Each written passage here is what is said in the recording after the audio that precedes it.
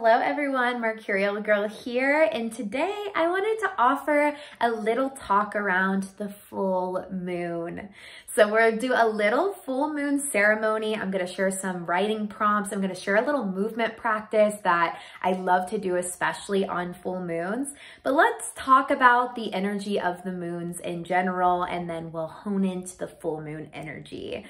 So I am a huge moon tracker. I'm always paying attention to where the moon is in the sky, what phase it's in, what sign it's landing in, and I will put some apps below for you to be able to kind of add that in as well. Another thing that I always do is mark the full and new moons on my calendar so I can work with the energy of those two.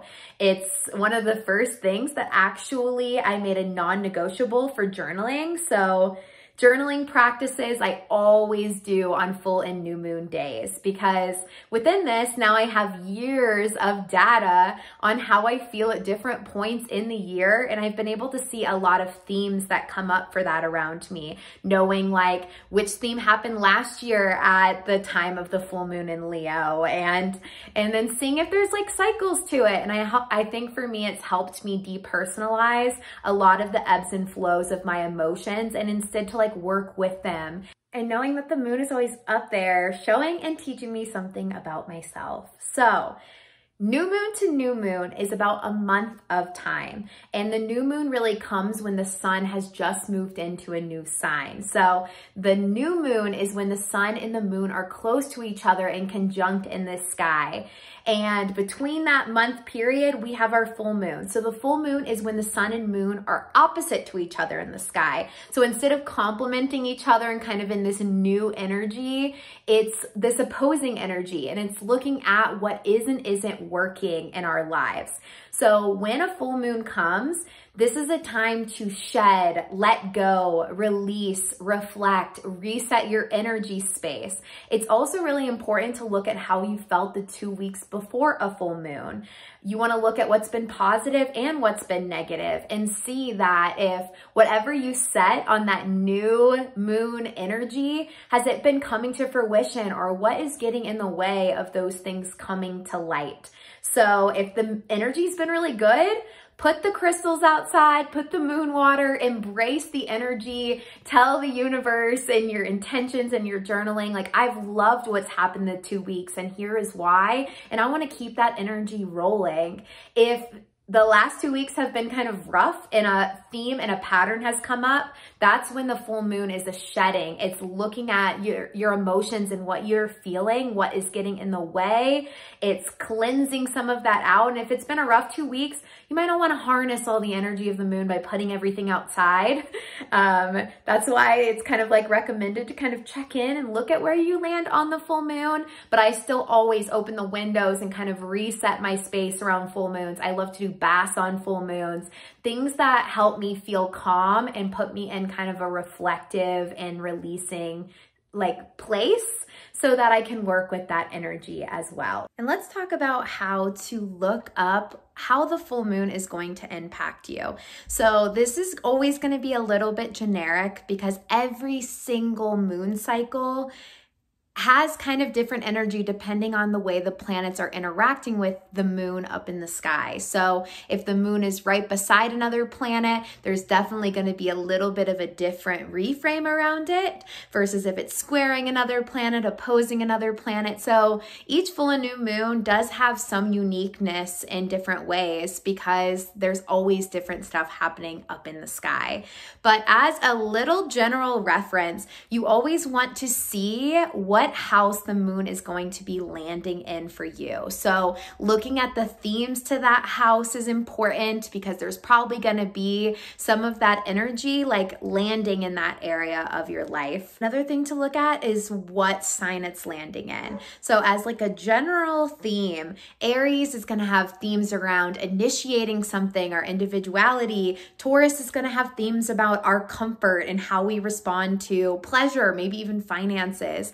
Gemini is going to have themes around communication, getting to know new topics, and social interaction. Cancer is going to have themes around family unit, our emotional body, how we are relating to our emotions.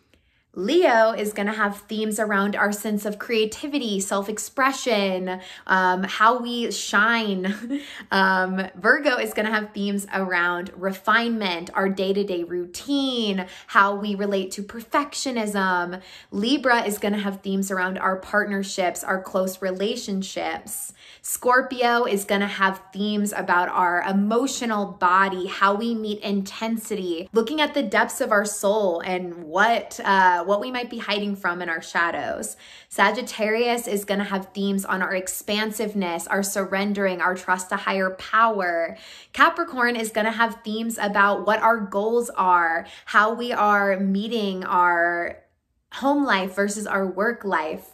Then Aquarius is going to have themes around our sense of uniqueness, what we do to contribute to society. And Pisces is going to have themes about our spirituality, our creativity, what we're merging with, what we want to be exchanging energy with. And remember, for a full moon, it's a lot of what is getting in the way of those themes, like what needs to fall away and is keeping you from some of those things. So there's going to be a little more reflection of what isn't working versus new moon with those energies. It's going to be like, how can I cultivate more of that? A few of the journaling prompts to always do around a full moon. First of all, because I have been journaling with the moon for so many years now, I always like to look back on when that moon happened, like a year ago, to see if there's similar themes that are coming up for me. I think it's really nice to always write like a full bullet points or maybe a couple sentences around what has currently been going on, just almost like a timestamp so that, yeah, you can work with the moon energy and let it kind of guide some like memories, so that when you look back on it, maybe the next year, you have that information and kind of know what you were going through when the moon was in that sign in the sky and if it was a full or new moon. So the other prompts is looking at what isn't working for me, or what do I need to release? What do I need to surrender? What do I need to let go of? Whatever wording kind of inspires that for you. And it can be just a list of dumping. It can be a list of the emotions that you're hoping to kind of move through. It can be actual circumstances. It can be people. Whatever seems like it's not working and has been like getting in the way. Those are the things you want to kind of sit with. Full moons are really fun for lighting a candle, writing down something that you're really wanting to release and physically letting that shit burn. I love to do little burning ceremonies. I think it can be really helpful. It can be ceremonial. You can stare into the candle and you can really sit with that, like, I'm wanting this to no longer be. You could do cord cutting ceremony meditations. I have some of those on my podcast, Awaken Together. And yeah, it's just a time for release. I think using some sort of incense or smoke cleansing throughout the house can be nice. Also, just opening windows is like letting stagnant energy move out. Full moons are really a good time to do a lot of that too. And then with that, I'm going to share a little movement practice that I think is really fun. So we're going to explore a little shake meditation. I also am going to tag below my moon salutations. So if you want to get on your yoga mat, moon salutations are really awesome to do on full and new moons. It kind of has a lunar energy to it. You move around. It's a little bit more of tuning into the body because it just moves you in kind of a unique way. You play with both sides of the mat and moon salutations. So yeah, if you want to do a couple rounds of that first, awesome. I love doing moon salutations, but for this video, I'm going to share a shaking meditation. So there's also going to be a playlist that you can play, but shaking meditations are about getting out of your head and into your body. We'll do just a couple songs of shaking and then sitting with what that brings up. So when we are in like a really busy kind of fight, flight, freeze, fawn mode, we've been in high stress, it can be hard to tune into our emotional body and give space for our feelings. So shaking is a way that can kind of be a catalyst for your nervous system to drop in enough that then the emotions can be more right on your sleeve to where they can come out. So we will shake to a couple songs. And then after that, I want you to see what you feel. So maybe it's you lay down and rest. Maybe you feel like a lot of anger surfacing and you scream into a pillow. Maybe you feel like a crying session is here and ready, and you let out some tears. Regardless, I love to do a movement practice before actually landing in my journal. So feel free to do this with me, and yeah, feel completely valid and safe in whatever comes up.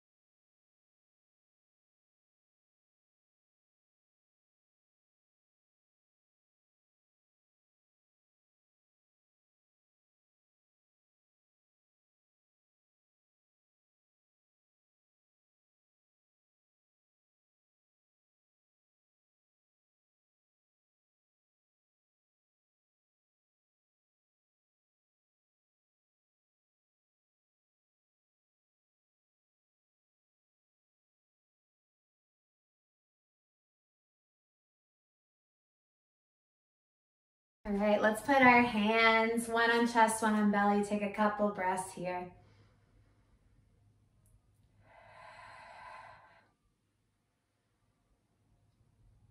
And then reflecting on what you need here. Maybe you grab a pillow, you let out some screams. Maybe you use the bed to punch. Maybe you stay here and just breathe and rest. Maybe you sit onto the ground. You can find a little rocking if you lower. Just using this next song to just get out what you need or sit with what came up.